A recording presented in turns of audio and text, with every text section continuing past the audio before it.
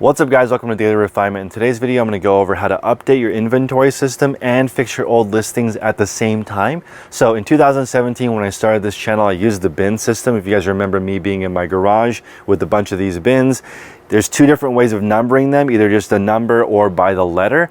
Now when you do this, sometimes in the bin you have items that have the same number.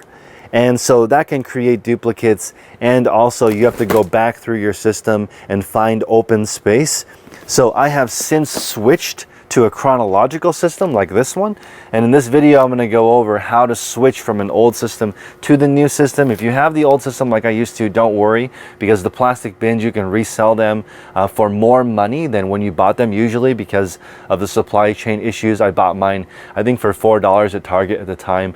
Now these same bins are $7 to $9. So hopefully you come up on that. And the reason why I switched to cardboard boxes is they don't have this taper. So they go straight down on the side so I can fit more items per box. And also cardboard boxes are a lot cheaper. So I ended up going with boxes. If you live in an area that's humid like Florida, I recommend getting a climate controlled unit or climate controlled part of your house. And I recommend having some air circulation through the unit. That's what my colleague Tech and Sports recommends. That way there's no moisture or dead air collecting moisture. So for me personally, I live in California. It's dry here, so I don't have any problems with moisture. Also keep in mind, if you're in an area with bugs, we do peppermint oil around the perimeter, and there are rodent traps all in this storage unit, so we don't have a problem with pests or bugs, but that's something to consider if you decide to go with cardboard. So we'll see you guys in this video. I'm going to show you guys how to convert from an old system into a new system, and at the same time, you're going to update your listings so they sell faster.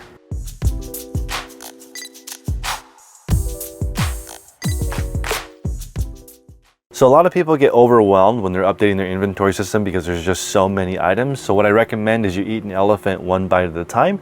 Go to your inventory system, just do one bin at a time, and 1% a day will take you about 3 months to adjust your listings. If you're feeling really froggy, you could try to do all of it in one weekend, but that's usually overwhelming for people. So just start with one bin at a time regardless.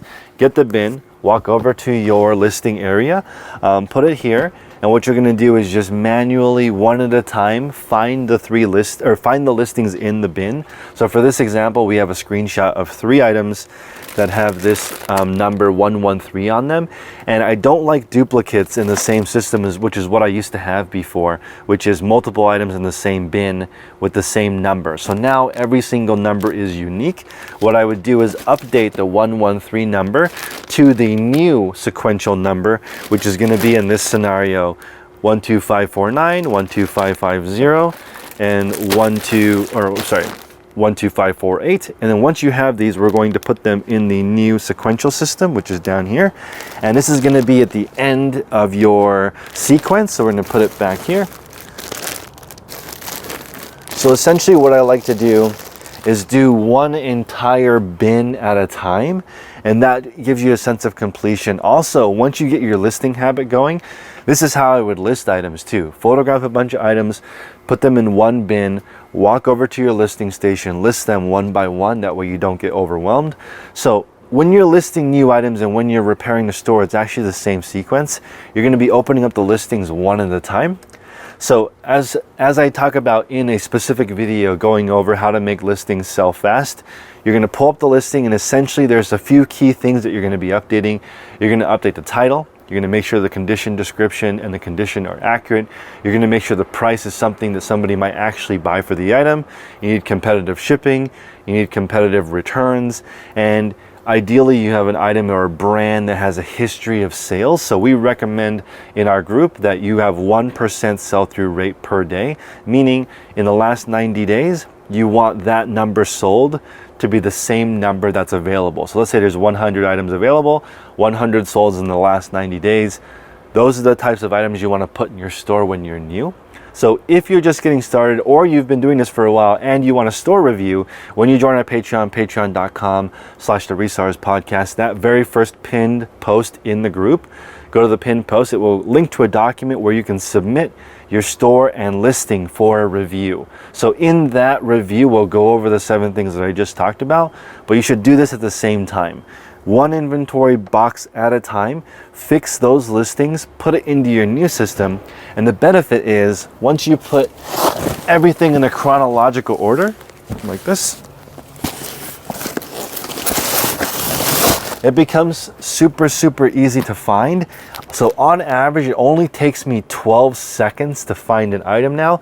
And before, when I had to dig through a bin to find things, it would take 30 seconds or a minute to find an item, and I would have to walk back through my system to find something that to find open space to put new inventory in. So let's say A3 or bin number 113 was empty.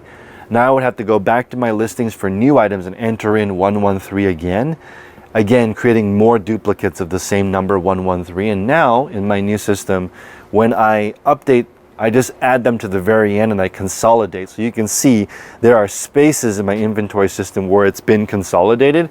And then once maybe every week and a half, I go through and condense everything down, and that's how it reduces it. But again, this is gonna save you a tremendous amount of time two ways.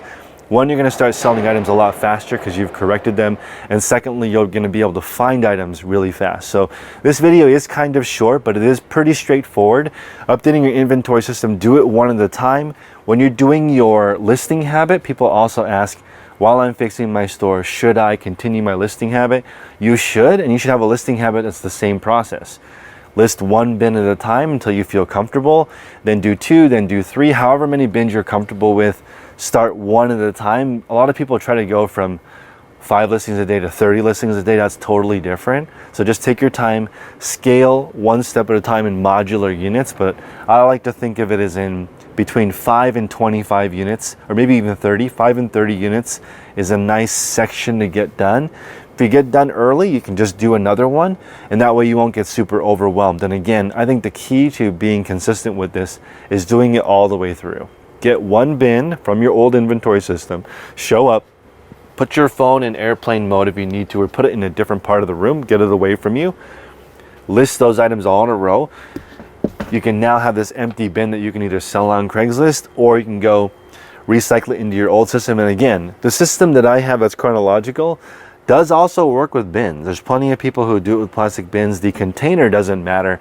The only reason why I decided to do it is because since I'm not recycling, I wanted, again, bins that are more, that go all the way down straight and don't taper, just so I can fit more boxes per shelf because of that additional space. And also boxes are cheaper as your store gets bigger. Much more affordable, easier to replace. Just tape the edges if you have extra tape in the beginning to keep it from breaking down, because over time these corners will tear from pulling. And also, maybe pro tip, just pull from the bottom. That way you avoid damaging your boxes. But appreciate you guys. Please smash the like button, consider subscribing. Take care.